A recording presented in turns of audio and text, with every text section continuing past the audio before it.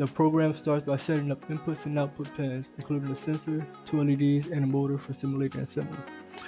It initiates everything at a low state so the system starts inactive. A message prints in a serial monitor confirming the simulation has started. The loop continuously checks the sensors to see if a part has arrived and if the debug time has passed. Once a part is chosen, the system starts processing. The start LED turns on, simulating works for a second, then turns off. The N LED briefly flashes to indicating completion. The corresponding parts counter updates. If both part A and part B are available, the program triggers the assembly process. The assembly sequence activates the start LED, powers the motor to simulate combining the parts, then turns off after completion. The confirmation message prints and the LED flashes before reducing the part.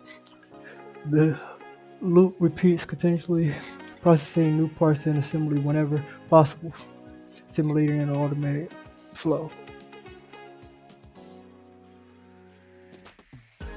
Here in ThinkerCAD, you can see that we have our two LEDs, photoresistor transits, and our motor.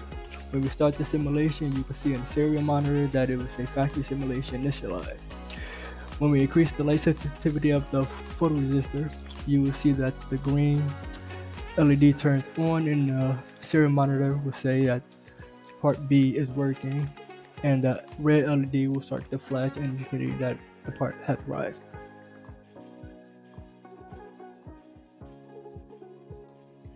Now that we have simulated our circuit on ThinkerCAD, we will upload the program to Arduino Uno software.